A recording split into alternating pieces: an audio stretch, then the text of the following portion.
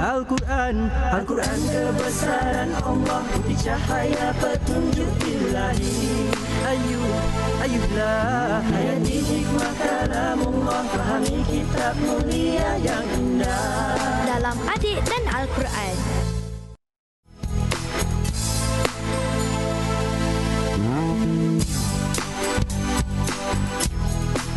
Untuk pengetahuan kawan-kawan, Ibnu Khaldun merupakan pelopor kepada pemikiran moden. Saya Dina. Untuk pengetahuan semua, Ibnu Khaldun paling masyhur dengan kitab beliau bertajuk Muqaddimah. Saya Asma. Kawan-kawan nak tahu tak, Ibnu Khaldun mampu mengatasi cabaran kehidupan masyarakat moden. Saya Fatimah. Info hari ini, Ibnu Khaldun dilahirkan di Tunisia pada 1 Ramadan tahun 732 Hijrah. Saya Isyirah. Kawan-kawan nak tahu tak, Ibnu Khaldun telah dikebumikan di Kahirah pada tahun 1406 Masihi. Saya Bajusyah. Kawan-kawan nak tahu tak? Ibnu Khaldun merupakan tokoh sejarawan dan sosiologi Islam yang terulung. Assalamualaikum warahmatullahi wabarakatuh. Waalaikumsalam, Ustaz. Kaifa halukun? Alhamdulillah. Bagaimana penonton di rumah? Moga-moga sihat, ceria dan bersemangat untuk menadah ilmu ataupun menambahkan ilmu pada hari ini dalam rancangan Adik Dan Al-Quran. Alhamdulillah. Tullabi? Naam. Ya, kita akan meneruskan surah dan penelusuran surah kita dalam surah Ali Imran, ayat-ayat dalam surah Ali Imran. Pada hari ini insya-Allah kita akan baca 2 ayat. Berapa ayat? 2 ayat. 2 ayat itu ialah ayat yang ke-100 dan 101. Siapa yang nak membacanya? Angkat 2 tangan. Letak balik. Angkat balik. Sebut saya. Saya. Okey, namanya Iman untuk membaca ayat 100. Silakan. A'udzu billahi minasyaitonir rajim. Bismillahirrahmanirrahim. Ya ayyuhalladzina amanu in tuti'u fariqam minalladzina utul kitab. In tuti'u fariqam minalladzina utul kitab yaruddukum ba'da imanikum kafirin. Masya Allah. Lancar je orang Perak kata ya. Lancar dan baik sekali bacaannya. Kita sambung pula ayat yang kedua, ayat yang ke-101. Siapa pula yang nak membacanya? Sila sebut insyirah. Insyirah. Insyirah lah. Okey, yang lain saya mak. A'udzu billahi minasyaitonir rajim. Ya. Bismillahirrahmanirrahim. Bagus. Wa kaifa takfuruna wa antum tutla alaikum ayatullah wa fiikum rasuluh. Wa man ya'tasim billahi faqad hudiya ila siratim mustaqim. Ya, mustaqim ke mustaqim? Mustaqim. Ada bunyi qaf sikit ya. Dan kita akan membicarakan 2 terjemahan ini dengan memfokuskan satu tajuk. Tullabi. Naam. Iaitu berpegang teguh kepada ajaran Allah. Apa dia? Berpegang teguh kepada ajaran Allah. Ajaran siapa? Allah. Ajaran Allah Subhanahu wa taala. Okey. Pertamanya Ustaz nak menyebut bahawa orang-orang yang berpegang teguh kepada ajaran Allah ini dipuji sangat oleh Allah Subhanahu wa taala. Kita tengok sejarah Islam sedikit, bagaimana seorang yang bernama Sumayyah. Yang bernama apa? Sumayyah. Ibu kepada Ammar bin Yasir. Walaupun dia baru mendapat Islam, baru sahaja kan. Setelah mana anaknya memberikan tunjuk ajar dan Sumayyah pula sendiri tertarik kepada anak dia Ammar bin Yasir, dan begitu juga orang-orang yang bersama dengan Ammar bin Yasir, iaitu orang-orang Islam yang baik akhlaknya. Ketika mana dia memilih untuk tinggalkan agama jahiliah dan memilih agama apa? Allah. Agama Allah, yakni agama Islam. Ketika itu Sumayyah disula, disiksa. Dan Sumayyah lah yang dirakamkan oleh Allah Subhanahu Wa Taala antara syuhada yang pertama di dalam Islam. Islam tu sebenarnya Nabi Adam, tapi dia Islam di zaman Nabi Muhammad sallallahu alaihi wasallam. Ya, maka Allah janjikan bagi Sumayyah ini syurga Allah Subhanahu Wa Taala yang baunya semerbak, walaupun ketika itu anaknya Ammar bin Yasir sedih kerana pemergian ibunya. Tetapi sesungguhnya Rasulullah bersabda, sabran ya ala Yasir, fa inna mau'idakumul jannah. Faham maksud dia? Faham. Okey, Iman, cuba terjemahkan. Sabarlah. Apa dia? Sabarlah wahai keluarga Yasir. Sesungguhnya Allah telah janjikan kamu syurga. Masya Allah. 2 mantap untuk Iman. 1, 2, 3. Mantap. Ustaz tambah 4 mantap kaki sekali. Mantap. Alhamdulillah ya. Tulabi. Naam. Itulah dia antara hikmah yang kita nak sebut, berpegang teguh kepada ajaran Allah. Takkan sambung selepas ini, terus setia bersama kami dan adik-adik dalam rancangan Adik Dan Al-Quran. Alhamdulillah, terima kasih kerana masih setia dan tidak berganjak di hadapan TV9 dalam menyaksikan kami dan adik-adik yang cantik-cantik pada hari ini dalam rancangan Adik Dan Al-Quran. Tahmid, Alhamdulillah. Takbir, Allahu Akbar. Tahlil, La ilaha illallah. Okey, intisari secara keseluruhannya dalam nak membicarakan tajuk berpegang teguh kepada agama Allah. Ayat tadi menceritakan tentang mengingatkan orang-orang mukmin, kita-kita semua yang tidak menderhaka kepada Allah, supaya tidak mentaati golongan ahli kitab yang nak menyelewengkan dan nak menarik orang daripada agama Allah, daripada jalan Allah, daripada perkara-perkara kebaikan. Tulabi. Naam. Maka oleh sebab itu Allah suruh berpegang teguh.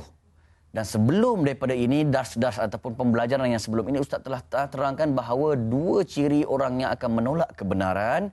Pertamanya mengikut kajian, orang yang ta'assub dengan ilmu dia ataupun pandangan dia. Alah, tok nenek moyang aku macam ni dulu, ini apa perubahan-perubahan ni? Dia ta'assub dengan pandangan dia, tak nak berubah. Itu gagalnya dakwah. Dan orang ni susah nak menerima kebenaran. Yang kedua, yang Ustaz pernah sebutkan dahulu sebagai ulang kaji dan refreshment balik, adalah orang yang membuat ataupun menolak ataupun menyeru dengan cara kekerasan mengikut hawa nafsu. Dia buat cara tidak berakhlak dengan cara kekerasan, maka dakwah itu juga akan gagal. Dan golongan ini biasanya bila terlampau keras, susah nak menerima sesuatu benda yang benar.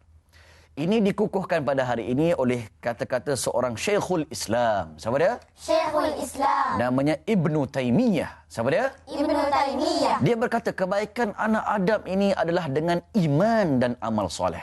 Ya, apa dia? Dengan apa? Iman dan amal soleh. Bukan iman di sini, tapi iman di dalam. Dan iman ini antaranya boleh terbentuk dengan ilmu. Boleh terbentuk dengan ilmu. Dan dia kata, kecuali 2 perkara, iaitu tidaklah mengeluarkan mereka dari kebaikan kecuali 2 perkara. Ibn Taimiyah dah sebut yang 2 perkara seorang tu jadi baik, iaitu yang pertama apa tadi? Iman. Yang kedua? Amal soleh. Tapi 2 juga disebut oleh Ibn Taimiyah yang mengeluarkan dia daripada kebaikan, iaitu iman, amal soleh tadi. Yang pertama, kebodohan. Apa dia? Kebodohan. Iaitu kebalikan daripada ilmu. Ada ilmu tapi dia buat-buat tak tahu ataupun dia tak nak menuntut ilmu. Oleh sebab itu, kena ada ilmu. Dan digalakkan kat dalam Islam ini menuntut ilmu dalam hadis yang banyak. Talibul ilmi faridatun ala kulli muslim. Menuntut ilmu itu fardu bagi orang muslim dan muslimah.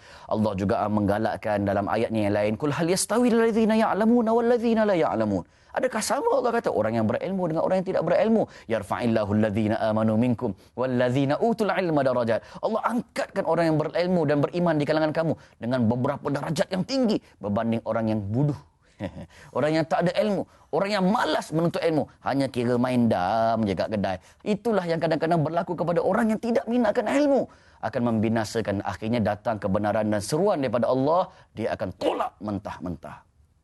Tulabi. Naam. Tasbih. Subhanallah. Yang kedua, adik-adik, Ibn Taimiyah kata tadi, bahawa dia mengikut nafsu dan syahwatnya. Memang nafsu kita disebut dalam satu hadis yang lain, huffatil jannati bil makarih wa huffatil jannati bis syahawat. Minta wa huffatin nar bis syahawat, ya, iaitu jalan-jalan menuju ke syurga ini penuh dengan susah payah, mujahadah, bangun malam, susah, hilang duit. Tetapi jalannya akhir ke mana? Syurga ke neraka? Syurga. Tetapi jalan-jalan menuju ke neraka penuh dengan syahwat. Kan? Okey, clubbing, best apa kan? Tak sembahyang, best. Mencuri duit orang, tak payah kerja-kerja. Ambil duit orang tanpa hak, rasuah dan sebagainya. Masya Allah, memang senang. Tapi jangan lupa, jalannya syurga ke neraka? Neraka. Neraka. Dah confuse pula. Jalannya syurga ke neraka? Neraka. Neraka. Na'udzubillahi min zalik. Oleh sebab itu, adik-adik rahmatullah, jangan ikut hawa nafsu. Kalaulah makanan pun kita nak ikut hawa nafsu, kan? Apa yang kita nak, semua beli. Apa yang kita nak, semua makan. itu maknanya kita tunduk kepada hawa nafsu kita sebagai Tuhan.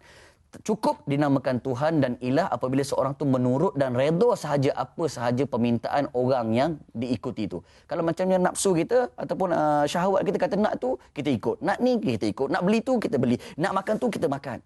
Tanpa limit dan tanpa pengawalan diri yang dinamakan takwa.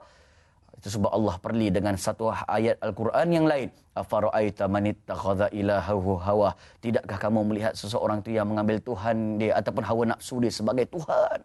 Cukup tak payah ambil patung sembahan berhala. 3 calik sini, 3 calik sini. Rem, tak payah. Tak payah pergi ke gereja-gereja tertentu ataupun rumah ibadat tertentu. Tetapi Allah kata cukuplah mengambil satu benda sebagai benda yang dituruti dan diredainya. Dia sudah dianggap sebagai Tuhan. Sekarang ni ada orang Tuhan dia adalah kereta. Tuhan dia adalah emas. Tuhan dia adalah anak-anak. Bukan kepada Allah Subhanahu Wa Taala. Maka oleh sebab itu, kalaulah orang ni jenis ikut hawa nafsu, dia juga biasanya akan menolak kebenaran. Oleh sebab itu adik-adik, pesan yang terakhir Ustaz kesimpulannya, Allah kata dan Nabi kata, peganglah ajaran Allah betul-betul, wa'addu 'alaiha bin nawajis, dan gigit ke dalam gigi gerham kamu, seolah-olah jangan lepaskan. Dan janganlah membuat perkara-perkara bid'ah kat dalam agama. Bid'ah dalam agama ni jangan tersilap faham. Bukan bid'ah dari sudut bahasa. Bid'ah ni benda-benda yang tidak pernah dibuat Nabi dari sudut bahasa kan banyak. Kereta Nabi tak buat. Ya tak? Sport rimka tak buat. Tapi bid'ah dari sudut agama. Bid'ah dari sudut agama pun tidak boleh kata sikit je lain Nabi tak buat terus bid'ah. Tidak. Walaupun ada dalil sekecil-kecilnya dalam perkara yang baik, kita tidak boleh menyebut perkara tersebut adalah bid'ah. Ya, bid'ah ni langsung bertentangan, memang jahat, yang disebut sebagai as-sawabit, benda tu memang mungkar, kita perangi. Tetapi ada pun benda-benda yang khilaf, bertukar-tukar, benda ni boleh ke tak boleh, boleh ke tak boleh, kita jangan berbalah-balah pada perkara-perkara yang khilaf. Sebab Nabi-Nabi bila kita tengok seruan-seruan dia tidak pernah bergaduh perkara-perkara yang kecil. Tapi Nabi sangat marah sebagai contoh kepada isteri dia Aisyah. Bila isteri dia mengumpat isterinya yang lain, Sofiah. Sofiah tu dah lah pendek, metalik pula tu, hitam kulitnya. Nabi walaupun orang kata itu, mengumpat kecil je, muka Nabi bertukar menjadi merah padam. Dan marah. Biarlah marah pada perkara yang jelas haramnya. Bukan marah dan bergaduh pada perkara-perkara yang kita rasa baik. Tetapi cuma ada dalil kuat tidak kuat. Kena berlapang dada. Kita pegang satu kaedah. Nata'awanu fima tafakna alaih. Wa na'taziruna ba'duna ba'da fima ikhtalafna fih. Bersatu-satulah pada perkara yang kita sepakati. Sawabit. Dan kita kena berlapang dada. Mengambil uzur dan memaafkan. Bagi perkara-perkara yang kita khilaf. Letakkan satu bakul. Okey tak apa. Kau pendapat tu silakan amalkan. Aku pendapat ni aku rasa itu yang baik. Aku amalkan. Jangan bergaduh-gaduh. Maka bila pegang ajaran ni betul-betul. InsyaAllah. Selamat dunia dan selamat Akhirat. Tasbih. Subhanallah. Tahmid. Alhamdulillah. Takbir. Allahu Akbar. Tahlil. La ilaha illallah. Apa kata kita dengar pesan Atuk? Silakan Atuk. Ya, terima kasih kepada cucu-cucu Atuk di hadapan sana. Terima kasih kepada cucu-cucu Atuk yang lanjut usia sana, tu makcik-makcik kita, kakak-kakak kita, abang-abang kita yang masih setia bersama kita dalam rancangan Adik Dan Al-Quran. Masya Allah, Masya Allah. Atuk harap insyaAllah mudah-mudahan setia bersama rancangan Adik dan Al-Quran di masa-masa yang akan datang. Ayat yang kita baca tadi sebenarnya, cuba ingat ya. Allah nak peringatkan kepada kita tentang hasrat jahat orang-orang ahli kitab. Okey, ahli kitab siapa dia? Yahudi dan Nasara ataupun Nasrani. Mereka nak kalau boleh setiap orang Islam itu mereka nak tarik balik jadi orang kafir. Itu jahatnya orang-orang Yahudi dan Nasrani. Cuma kalau lihat begini, kalau zaman dulu cuatuk ya, zaman mula-mula Islam dulu, zaman mula Nabi datang bawa Islam, ajak orang kepada Islam, maka adalah orang-orang yang masuk Islam. Tapi masa itu cuatuk ya, kalau ada orang masuk Islam, kalau ada orang ikut Nabi kita, mereka diseksa, mereka dibunuh. Seperti mana Ustaz Zamri cerita tadi. Dengar tak tadi tak? Dengar. Dia cerita siapa dia? Di antaranya seperti keluarga Yasir ataupun keluarga Ammar, iaitu bila mana Yasir seorang anak muda, ya, mungkin ada orang kata umur dia 30 tahun lebih, ada orang kata umur dia dekat 40 tahun. Bila dia dengar Nabi ajak Islam, dia masuk Islam. Malam-malamnya Ammar masuk Islam. Lepas tu dia balik di rumah dia pun ajaklah mak dia yang sudah tua, ayah sudah tua masuk Islam. Baik. Bila mak dia masuk Islam, bapak dia masuk Islam, apa orang buat? Inilah yang Datuk cerita ni. Apa orang buat dia? Seksa. Orang paksa dia keluar Islam. Tinggal Muhammad. Jangan kau orang Muhammad. Ya? So keluar daripada mana? Islam. Akhirnya dia keluar tak? Tak keluar. Dia tak keluar. Ajak, paksa, diseksa. Akhirnya, apa orang buat? Akhirnya, Ibu Ammar dibunuh. Dengan cara sula. Ya Allah. Agak menjerit macam mana cucu atuk ya? Sakit tak? Sakit. Tapi akidah dia kuat tak? Kuat. Dia murtad tak? Murtad. Dia tak murtad. Dia kata, biar aku mati. Kena sulah-sulah lah. Bagus tak? Bagus. Allahu Akbar. Ya, ada soalan. Yahudi dan Nasrani sama ke? Yahudi satu bangsa, satu agama, satu orang lain. Nasara orang lain. Kalau hari ini dia panggil orang Yahudi dan orang Kristian. Betul tak? Dia lain. Itu nama kedua-duanya Ahlil Kitab. Itu cerita Ahlil Kitab. Yang Atuk nak cerita ni sebelum itu. Orang jahiliah, orang Quraisy, orang kafirin. Mereka bunuh. Siapa masuk Islam, dia paksanya keluar. Seperti mana? Akhirnya, Ibu Ammar, nama apa? Sumayyah. Disulah. Akhirnya, bapa Ammar pun dibunuh. Ya Allah, bila bapa Ammar bunuh, sedih tak Ammar? Sedih. Kalau kita mak kena bunuh, ayah bunuh, sedih tak? Sedih. Maka Ammar pun sedih. Tapi Nabi kata apa? Nabi nak ubat hati dia, Nabi kata, sabran ali Yasir. Sabarlah wahai keluarga Yasir. Boleh amallah. Fa inna mau'idukum jannah. Percayalah. Janji Allah untuk kamu apa dia? Syurga. So, hebat tak? Hebat. Ya, kalau gitu cuba tengok ya. Jadi Atuk cerita kalau hari ini orang-orang ahli kitab hari ini, orang Yahudi, Nasara, dia pujuk kita masuk Islam. Dia tak paksa macam orang dulu, betul tak? Hari ini dengar tak orang kena sulah kerana dia masuk Islam? Tak ada, tak ada. Tapi orang dulu teruk kan? Tapi kenapa kita hari ini hanya dipujuk, diajak bagi duit RM10, bagi duit RM100, sanggup keluar Islam? Ada berlaku tak? Ada. Kalau Bilal bin Rabah diseksa, diletak batu besar atas dada, suruh keluar Islam, dia keluar tak? Tak. Kita hari ini cucu atuk, kita tak diseksa atas padang pasir, tapi kita diseksa atas katil tidur, Masya Allah. Tidur atas katil, lempuk, tilam, dalu pilu, spring star. Ya? Tidur dihempak di bantai peluk. Besok hari tak bekerja, pukul 8 pagi tak bangun-bangun. Isteri dia kejut, bang, bangun bang, subuh dah habis. Dia menjawab, Ahad. Ahad. Dia jawab apa? Ahad. Macam Bilal lah. Bilal pun kata Ahad juga. Dia pernah ni, dia pukul 8 pagi tak bangun. Si isteri dia kata, bang, bangun bang, subuh dah habis. Dia kata, Ahad. Ahad apa? Satu. Apa kata Ahad tu? Allah Maha Satu. Itu bukan Allah. Bila tu Allah, ini hari Ahad. Pasal apa? Tak bekerja. Oleh pasal apa tak kerja? Pasal tak kerja lah, tak bayar subuh. Baru diuji hari Ahad, dah tak semayang subuh. Maka sebab tu orang kita hari ni dipujuk sikit, diajak sikit, kenyek mata sikit, dah keluar Islam. Ada berlaku tak? Ada. Inilah ayat tadi Allah peringatkan kita.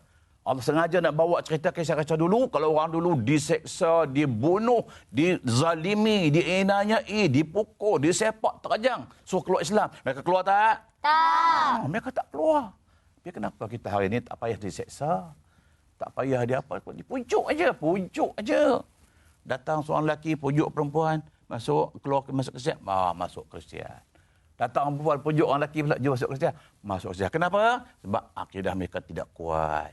Akidah mereka tidak kuat. Imam mereka pun tak kuat. Maka sebab itulah bila kita baca ayat tadi, kita baca tafsir, ingat ayat ini Allah peringatkan kita bahawa orang-orang Yahudi, orang-orang Nasara, juga musuh-musuh Islam, dia sentiasa berusaha supaya kita keluar daripada Islam. Ingat ya, ingat musuh-musuh Islam tidak akan berdiam diri.